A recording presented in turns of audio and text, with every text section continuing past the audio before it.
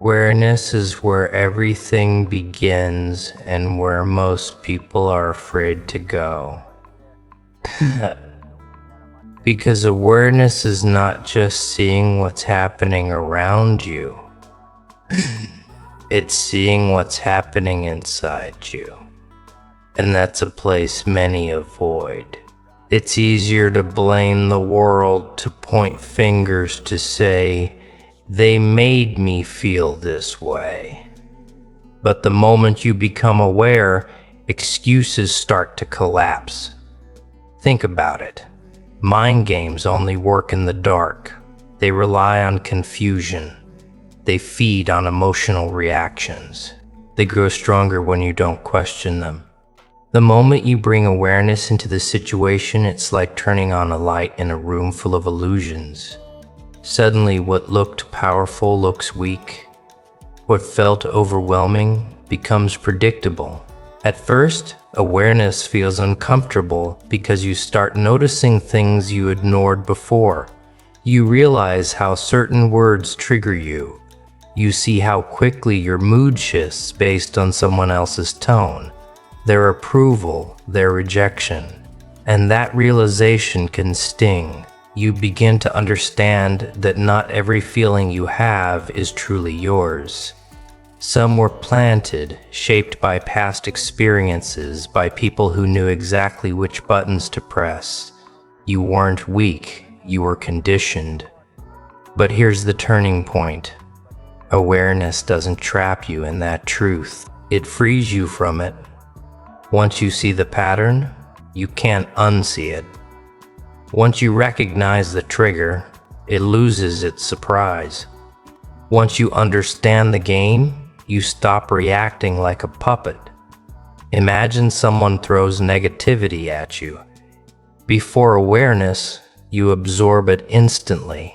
It hits you and you feel anger, frustration, maybe even self-doubt. You react without thinking, and just like that, they've controlled your state of mind.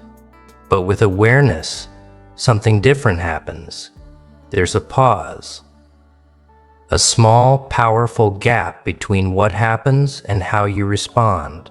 In that gap you observe, you ask yourself, why am I feeling this? Is this reaction helping me or hurting me? Is this even true or just noise? That pause is your power, because in that moment you're no longer being controlled. You're choosing. Awareness teaches you to separate facts from interpretations. Someone's words are just words until your mind gives them meaning. And most of the time, the meaning you give is shaped by old wounds, old fears, old insecurities. But when you're aware of that, you stop blindly believing every thought that crosses your mind. You start challenging them. That voice in your head that says, you're not good enough. Where did it come from? Who put it there? And more importantly, why are you still listening to it? Awareness turns your mind from a battlefield into a control room. Instead of fighting every negative thought, you start observing them. You watch them come and go like passing clouds, and you realize something powerful. You are not your thoughts. You are the one who notices them. And once you understand that everything shifts because now negativity loses its authority, it becomes just another signal, not a command. It can knock on your door, but it doesn't get to walk in and take over. Awareness also exposes the intentions of others. When someone tries to manipulate you, they're counting on your reaction. They want you to feel insecure, angry, or defensive. That reaction gives them control. But when you're aware, you start seeing beyond their words. You notice their tone, their timing, their patterns. You realize that their behavior says more about them than it does about you. And instead of reacting emotionally, you respond strategically, or sometimes you don't respond at all. Silence, when chosen consciously, is one of the most powerful responses because it shows that you're not playing their game. Awareness also forces you to take responsibility, and that's where real power lies. Not responsibility for what others do, but responsibility for how you process it. You stop saying they made me feel this way and start saying this is how I responded and I can change that. That shift is everything, because if others control how you feel, then your peace is always at risk. But if you control your response, your peace becomes untouchable. Of course, awareness doesn't mean you suddenly become emotionless. You will still feel anger. You will still feel pain.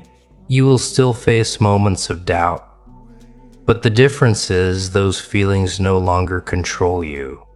You feel them without becoming them. You acknowledge them without letting them define your actions. That's mastery. And here's the part most people don't talk about. Awareness is a skill. It's not something you switch on overnight. It's something you build moment by moment. Every time you pause instead of reacting. Every time you question a negative thought. Every time you choose understanding over impulsa, you're strengthening that skill. At first, you'll forget. You'll get pulled back into old patterns. You'll react before you think. You'll feel like nothing has changed. But even then, awareness is working, because now after the reaction, you notice it, you reflect, you learn, you adjust. And slowly that awareness starts showing up earlier and earlier until one day it shows up before the reaction itself. That's when you know you've changed, because now you're not just aware after the fact. You're aware in the moment, and that's where control lives. So when they try to play mind games, when negativity tries to creep into them, when your own thoughts try to turn against you, you don't panic. You observe. You understand, and then you decide, because awareness is not just about seeing the truth. It's about choosing what you do with it. And once you truly understand that, no game can control you. No negativity can own you. Because the moment you see clearly, you become dangerous in a way they can't predict. Not because you fight harder, but because you're no longer blind.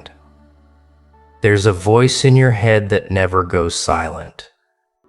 It speaks when you wake up. It follows you through the day. It whispers when everything is quiet at night. Most people think that voice is them. But that's the first illusion, because that voice can be programmed, shaped, influenced. And if you don't take control of it, someone else will. Think about where it came from. Every criticism you heard growing up, every moment someone doubted you, every failure that left a scar, they didn't just disappear. They became part of that voice. So when it says you can't do this, it might not even be your belief. It might be an echo, a leftover imprint from someone who never understood your potential. And yet you listen to it like it's the truth. That's how the game is played, not by controlling your actions directly, but by controlling your actions directly, but by controlling the voice that decides your actions. Because if they can make you doubt yourself, you'll hesitate. If they can make you feel small, you'll play small. If they can make you believe you're not enough, you'll never even try to become more. And the most dangerous part, it feels natural. It feels like it's just who you are, but it's not. It's conditioning. And the moment you realize that, you start to take your power back. Controlling your inner voice doesn't mean silencing it. That's impossible. The voice will always be there. The real power comes from changing your relationship with it. Instead of blindly obeying it, you start questioning it. When it says you're going to fail, you ask based on what? When it says you're not good enough, you respond. Says who? When it says don't try, you'll embarrass yourself. You challenge it, or maybe I'll grow. You stop treating every thought like a command and start treating it like a suggestion. That shift is subtle, but it changes everything, because now you're no longer being dragged by your thoughts. You're evaluating them. Imagine your mind as a courtroom. Your inner voice is constantly presenting arguments. Some are logical, some are emotional, some are completely distorted. Before you accepted every argument without question, now you become the judge. You listen, but you don't automatically agree. You look for evidence. You question assumptions. You reject what doesn't serve you. And slowly that voice begins to change, because here's the truth most people ignore. The inner voice adapts to how you respond to it. If you let it bully you, it becomes harsher. If you ignore it completely, it becomes louder. But if you challenge it with awareness and intention, it clears throat, starts to evolve. It starts to align with the direction you choose. At first, it will resist. It will go back to old patterns. It will repeat the same negative lines. It will try to pull you into familiar emotional reactions, because that's what it knows. But you stay consistent. You correct it. You redirect it. You replace destructive thoughts with intentional ones. Not fake positivity, not empty affirmations, but grounded, controlled thinking. Instead of I'm a failure, you say I'm learning. Instead of I can't handle this, you say I'll figure it out.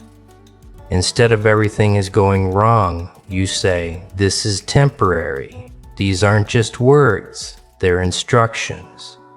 And your mind follows the instructions. You repeat the most. That's how you reprogram the voice.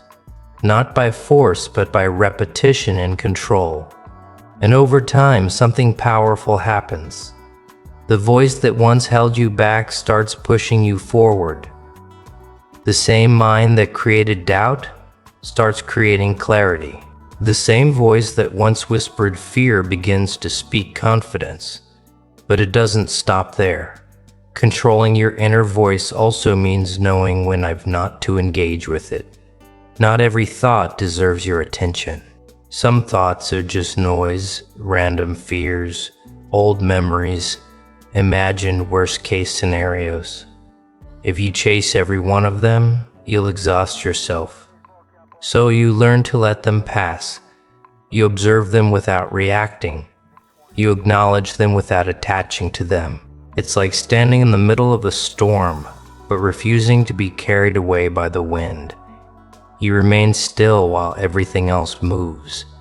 That's control.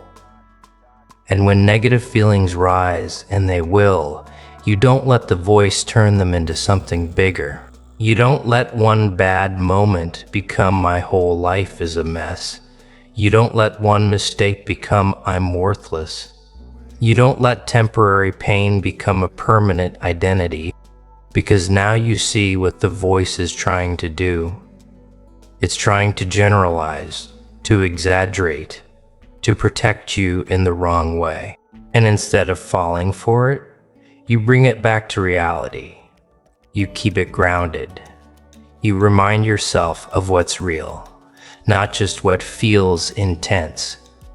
That's how you overcome negative feelings. Not by eliminating them, but by refusing to let your inner voice distort them. Because feelings come and go, but the story your mind tells about those feelings is what keeps them alive. Change the story and you change the experience. And here's where it all comes together. When you truly control your inner voice, you become unpredictable to anyone trying to manipulate you. They expect you to react emotionally, but you don't. They expect you to doubt yourself, but you question the doubt. They expect you to break under pressure, but your mind stays steady because the control they were trying to gain from the outside you've already secured on the inside. Now your confidence doesn't depend on praise. Your peace doesn't depend on circumstances. Your decisions don't depend on fear. They come from a place of control, a place where your thoughts serve you instead of sabotage you. And once you reach that point, the voice in your head is no longer your enemy. It becomes your ally. Sharp, focused, disciplined. It still speaks, but now it speaks with purpose. Not to limit you, but to guide you. Not to weaken you, but to strengthen you. And the world can try whatever it wants. But when your inner voice is under your control, there's nothing left for them to manipulate. Pain has a reputation. People run from it, hide from it, numb it, pretend it doesn't exist. Because pain feels like weakness, like something that slows you down, breaks your focus, makes you vulnerable. But that's only true if you leave it unexamined. Unquestioned pain becomes suffering. Ignored pain becomes poison. But understood pain becomes power. The difference is what you do with it. Every painful moment carries information, not just emotion information. It tells you where something mattered. It shows you where expectations collided with reality. It exposes the gaps between what you thought would happen and what actually did. Most people stop at the feeling. They say fat hurt and walk away, or worse, they carry it like a weight that defines them. But if you go one step deeper, you start to see the pattern. You ask, why did this hurt? Not on the surface, but underneath it. Was it rejection? Was it betrayal? Was it failure? And then you go even deeper. What belief did that pain touch? Because pain isn't just about what happened, it's about what it meant to you. Two people can go through the same situation. One breaks, the other adapts.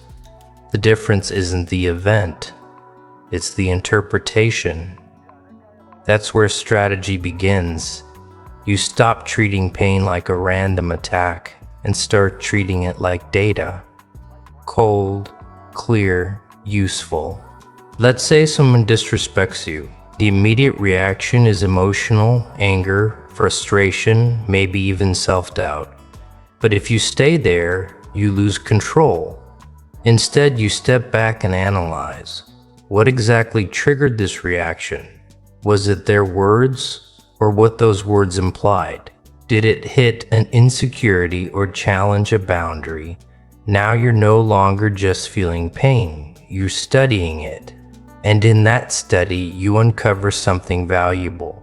Maybe you realize your boundaries aren't clear. Maybe you see that you're seeking validation where you shouldn't. Maybe you understand that their behavior reflects their own limitations, not your worth. That realization is strategy.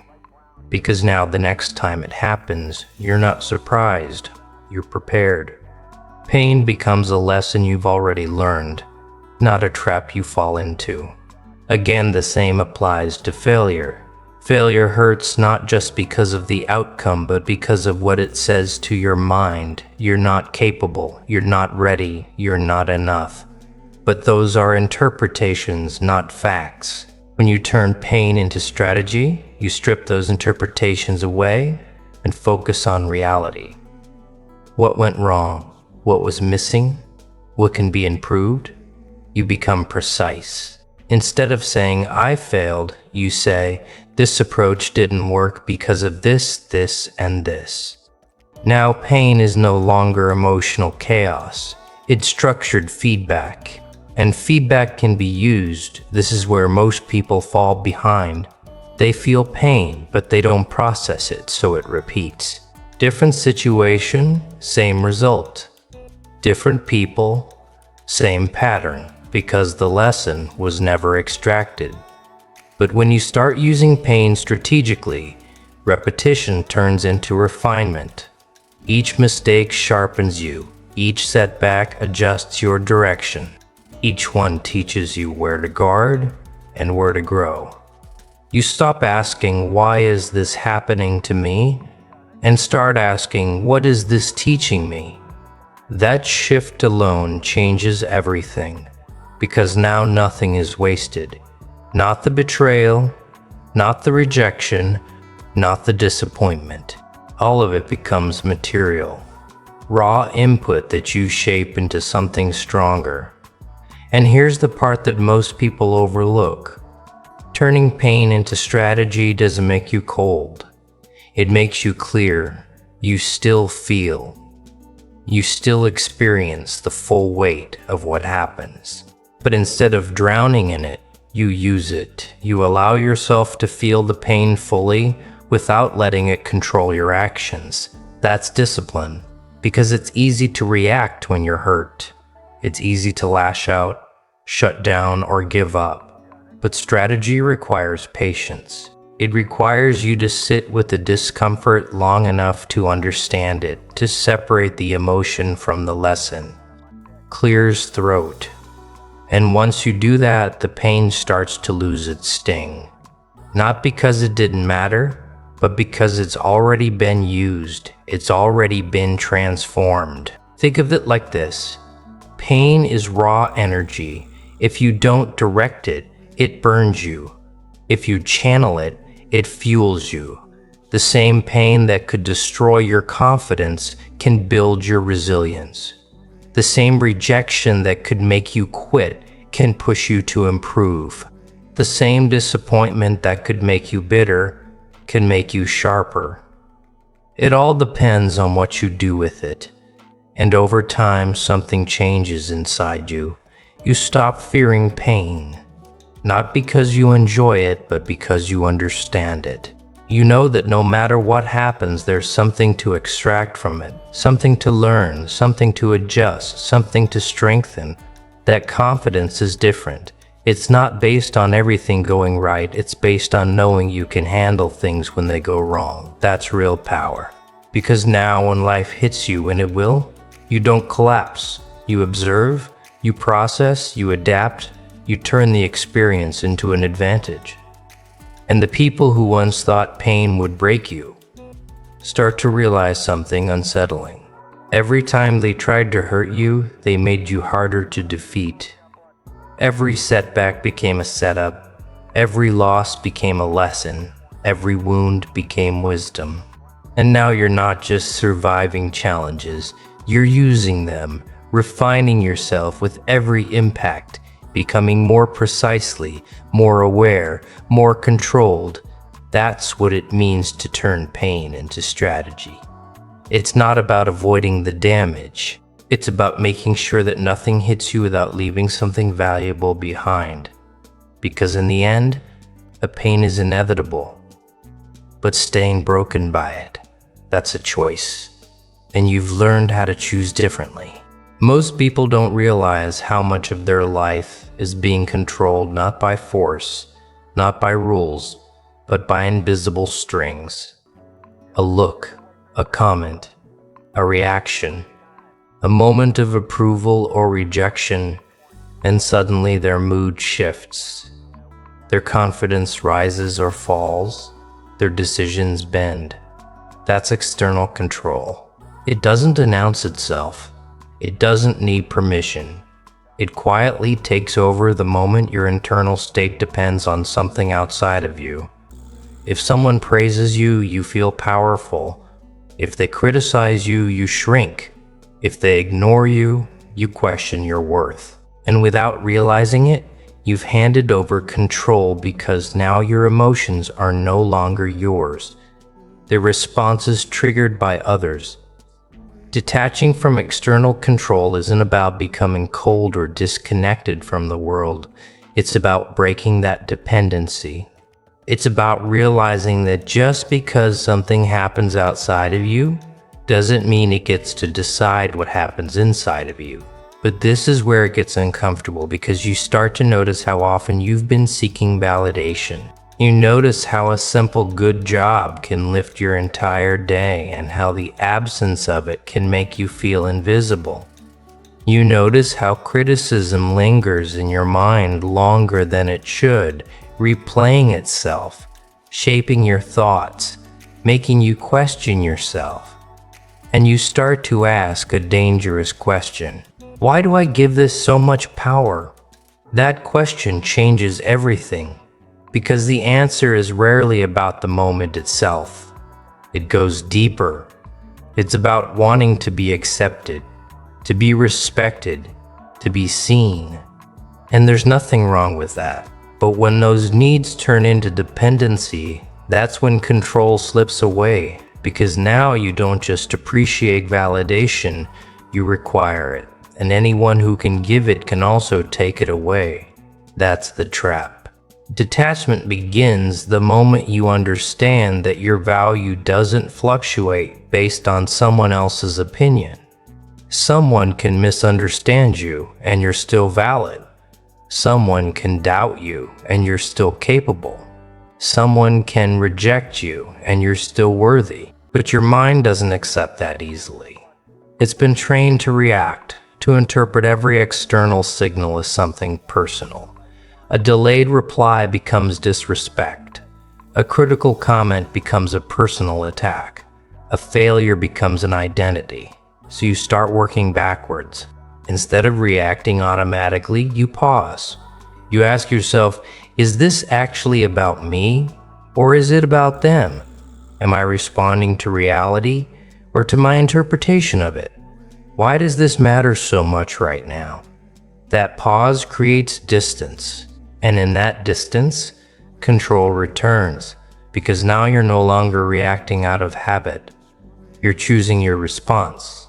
Detachment also means letting go of the need to control how others see you. That's one of the heaviest burdens people carry, trying to manage perceptions, trying to avoid judgment, trying to be liked by everyone. But clears throat. No matter how much you adjust yourself, someone will misunderstand you, someone will disagree, someone will judge. That's not failure, that's reality. And once you accept that, you stop performing for approval. You stop shaping your actions based on how they'll be perceived and start aligning them with who you actually are. That's freedom, because now your actions come from intention, not insecurity. You say what needs to be said without overthinking every reaction. You make decisions based on clarity, not fear of judgment.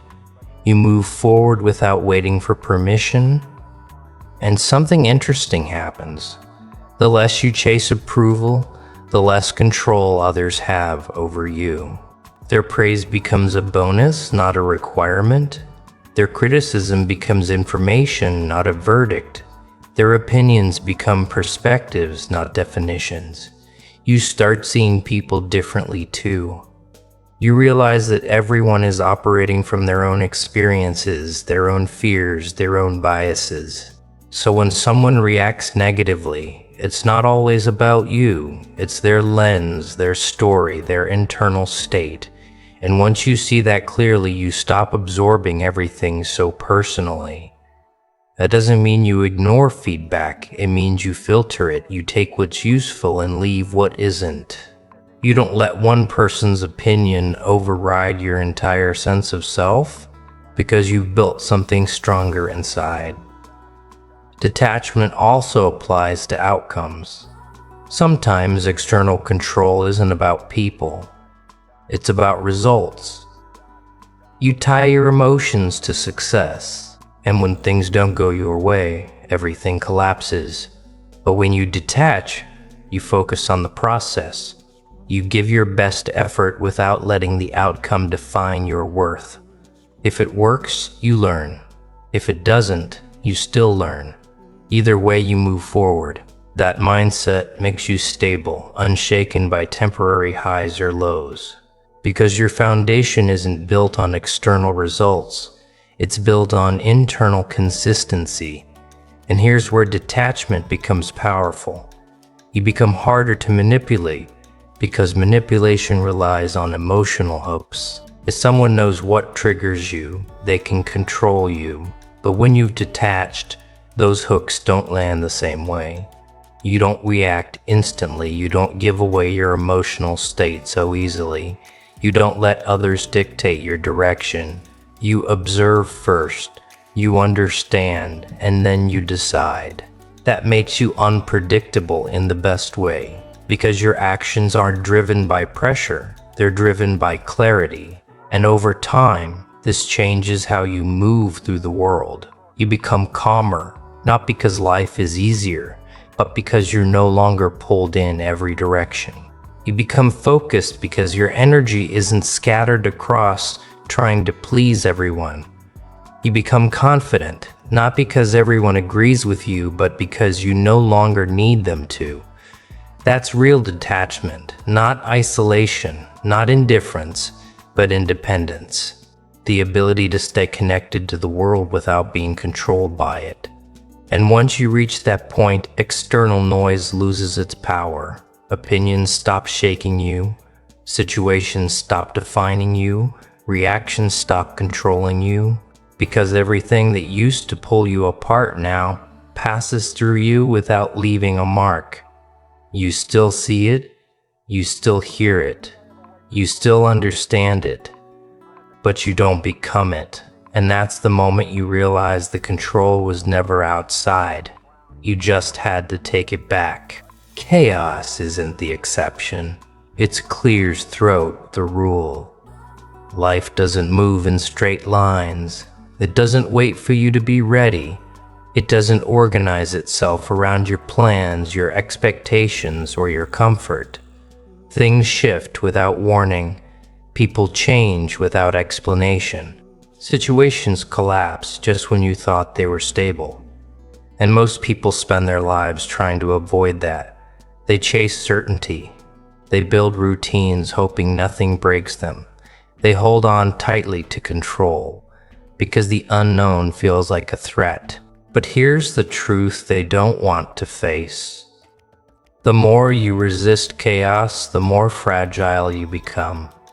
Because the moment something unexpected happens, and it will, you're thrown off balance. Your emotions spike. Your thoughts scatter. Your decisions become reactive. Not because chaos is powerful, but because you never learned how to stand in it. Embracing chaos doesn't mean you enjoy disorder. It means you stop expecting life to be predictable. It means you stop depending life to be predictable. It means you stop demanding that everything goes your way before you feel stable. Instead, you build something stronger. You build yourself. Because if you can't control the environment, the only thing left to master is your response to it. That's where real power is. Imagine two people facing the same situation. Everything falling apart around them. One panics, the other adjusts. Same chaos, different outcome. The difference isn't luck, it's internal control. When you embrace chaos, you stop seeing it as a disruption and, clears throat, start seeing it as a test. Not a test of strength alone, but a test of awareness, discipline, and adaptability. Because chaos exposes everything. It reveals your weak points. It magnifies your habits. It forces your true mindset to the surface. If your thoughts are scattered, chaos amplifies that. If your emotions are unstable, chaos intensifies them. If your decisions are impulsive, chaos makes them reckless. But if you train yourself, chaos becomes an advantage. Because while others are overwhelmed, you're observing. While others are reacting, you're calculating. While others are losing control, you're gaining clarity. That's what it means to master yourself. It's not about controlling what happens. It's about controlling what happens via within you. When everything outside is unpredictable, that starts with your thoughts. In chaotic moments, your mind will try to rush ahead. It will jump to worst-case scenarios. It will create stories that aren't even real yet. This is going to fail. Everything is falling apart. There's no way out of this. If you believe those thoughts, instantly you lose. Not because they're true, but because they shape your actions, so you slow it down. Clears throat? You bring your focus back to the present. What is actually happening right now? What can I control in this moment?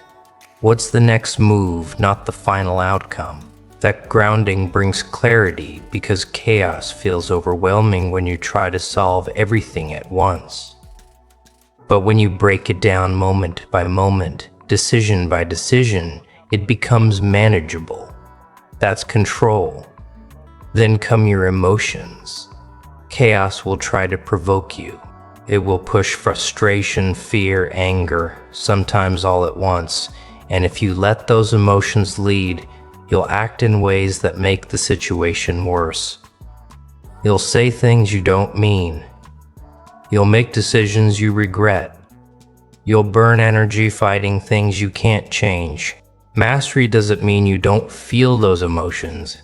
It means you don't let them take the wheel. You acknowledge them without obeying them. You feel the pressure without collapsing under it.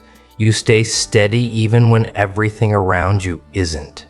That steadiness is rare, and that's why it's powerful. Because in chaos, most people are looking for something stable. When you become that stability, you stand out. Not by being loud, but by being controlled. Not by forcing order, but by moving with precision. Embracing chaos also means letting go of perfection. Because chaos doesn't allow perfect conditions. There's always missing information. There's always uncertainty. There's always risk. So instead of waiting for everything to align, you act with what you have. You adapt as you go. You make decisions knowing they might not be perfect, but they're necessary. That flexibility keeps you moving.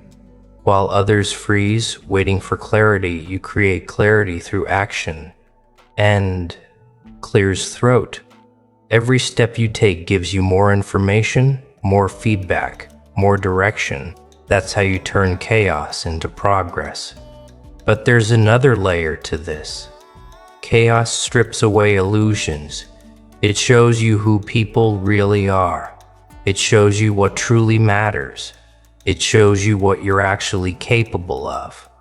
Comfort can hide those truths. Chaos reveals them. And when you stop fearing that, you start valuing it. Because now every chaotic moment becomes an opportunity to sharpen yourself, to refine your thinking, to strengthen your discipline, to deepen your self-control. You don't ask, why is this happening? You ask, how can I use this? That mindset transforms everything, because now chaos isn't your enemy, it's your training ground.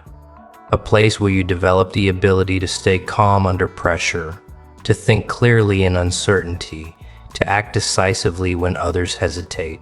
And over time, something shifts inside you. You stop needing everything to be perfect before you feel confident. You stop depending on stability to feel in control. You realize that control was never about the situation. It was always about you, your thoughts, your emotions, your actions. That's what you master. And once you do, chaos loses its intimidation. It's still unpredictable. It's still intense.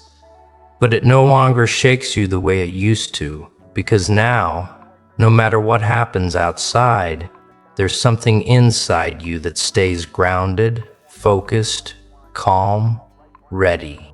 And that's what separates those who break from those who rise. Not the absence of chaos, but the ability to walk through it without losing yourself. At some point, you realize something unsettling. It was never just about situations. It was never just about people. It was a game of reactions, a game of control, a game where emotions are pulled like strings and most don't even notice they're being played. Approval becomes a reward. Rejection becomes a punishment. Attention becomes currency. Silence becomes a weapon. And without awareness, you get pulled into it. You try to win by proving yourself. You try to win by being liked. You try to win by avoiding conflict or chasing validation. But no matter how much you play, you never really feel in control, because the rules weren't designed for you to win. They were designed to keep you reacting. That's the trap. The more you try to win the game on its terms, the deeper you fall into it. So rising beyond the game doesn't mean playing better. It means understanding the structure so clearly that you stop needing to play at all. That's a different level, because now you're not chasing approval. You're defining your own standards. You're not avoiding rejection. You're no longer controlled by it. You're not reacting to every move. You're choosing when and if. Clears throat, you respond. That shift is quiet but powerful. At first it feels strange. You notice situations where you used to react instantly and now you pause. You notice moments where you would have defended yourself and now you let silence do the work. You notice people trying to provoke you and it no longer lands the same way. It's not that you don't see it, it's that you're no longer pulled by it. That's what it means to rise beyond. You're still aware of the game, but clears throat. You're not emotionally invested in its outcomes. And that's what makes you dangerous in a way most don't understand. Because the game depends on predictable reactions. Say something offensive, they expect anger. Withhold attention, they expect insecurity. Apply pressure, they expect panic. But when you don't react the way they expect, the pattern breaks. And when the pattern breaks, control disappears. This doesn't mean you become passive. It means you become intentional. You don't respond out of habit, you respond out of choice. If something deserves your attention, you give it fully. If it doesn't, you let it pass without draining your energy. That level of control changes how you move through everything. Conversations become clearer because you're not trying to win them. Decisions become sharper because they're not driven by fear or approval. Relationships become more real because they're not built on performance. You start valuing something different. Not being liked, but being aligned. Not being understood by everyone, but being honest with yourself. Not controlling others, but mastering your own responses. That's where freedom begins. Because the moment you stop needing the game, you stop being affected by its outcomes. If someone praises you, you appreciate it, but it doesn't define you. If someone criticizes you, you consider it, but it doesn't break you. If someone walks away, you let them without chasing or collapsing. That stability is rare, and it comes from one thing. You've shifted your focus inward.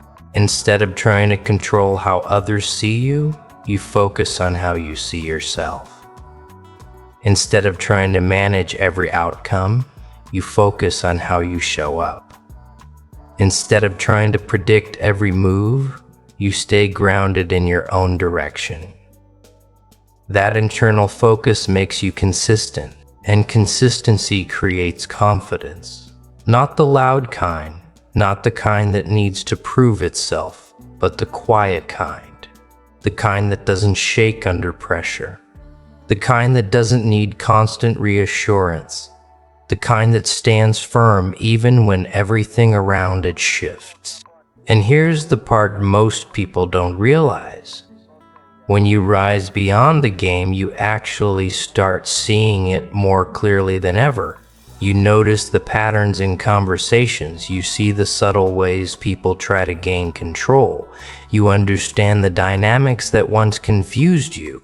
But instead of being caught in it, you observe it. You engage when it's necessary and disengage when it's not. That balance keeps your energy intact because energy is the real currency here. Every reaction costs you something. Every emotional spike drains you. Every unnecessary conflict pulls you away from your focus, so you become selective. Not everything deserves your time. Not everything deserves your response. Not everything deserves your energy. And that selectiveness is power, because now you're not scattered, you're directed, you move with purpose. And when you do choose to act, it carries weight, because it's not coming from impulse, it's coming from clarity. Rising beyond the game also changes how you handle setbacks. Before, a loss felt personal. It felt like failure, like proof that you weren't enough. But now you see it differently. It's just an event, something that happened, not something that defines you. You extract what matters and you move on. No drama, no overreaction, no identity attached to it. That ability to move forward without being emotionally stuck, that's what keeps you ahead. Because while others are replaying the moment, you're already adapting, already progressing. And over time, the gap becomes obvious. Not because you're trying to be better than anyone, but because you're no longer wasting energy on things that don't move you forward. That's what rising beyond really is. It's not about dominance.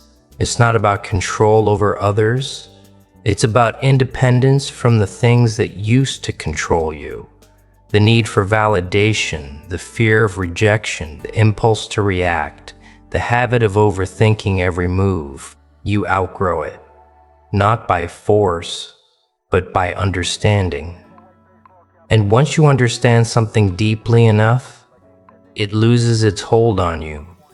So the game can continue around you, people can still play it. Situations can still unfold the same way. But you're no longer part of it in the same way. You're operating on a different level, one where your actions come from intention, not reaction. One where your value is self-defined, not externally assigned. One where your peace is internal, not dependent on outcomes. And in that space, you don't just survive the game, you transcend it quietly, completely, irreversibly.